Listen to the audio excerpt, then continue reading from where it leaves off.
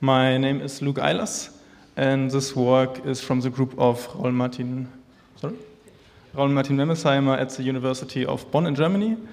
And I will talk about the generalized neural tension kernel for surrogate gradient learning, which is particularly interesting for anyone who is from AI and knows about the neural tension kernel, or who is from neuroscience and wants to learn spiking neural networks. So the problem we have is that for the usual neural networks, we use gradient-based methods, and many neural networks that are relevant for neuroscience, for example, time-discrete spiking neural networks, actually do not have, they have spikes, they have jumps in the activation functions, so they have no useful gradients, and these methods cannot be used.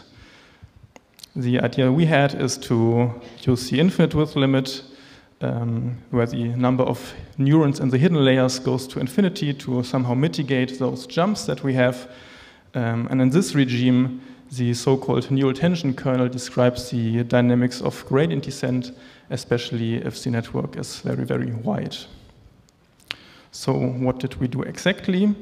Here you see in gold step function as activation function. And for this, the neural tension kernel is not well defined. So what did we do? We took smooth approximations to this activation function.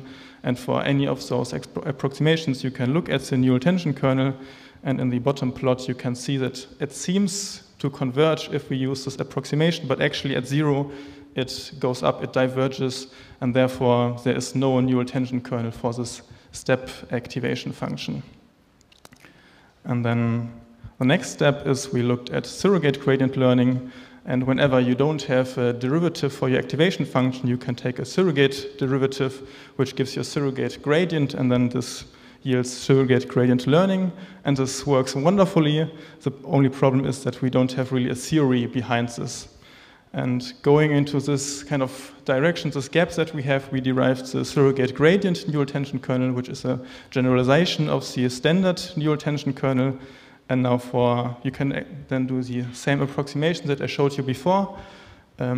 So for any of those approximations, here you see the surrogate gradient neural tension kernel, and then we make those approximations steeper and steeper to match the step function. And actually now it converges, so we can actually define a surrogate gradient neural tension kernel for this approximation.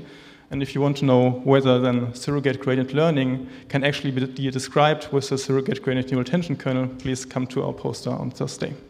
Thank you.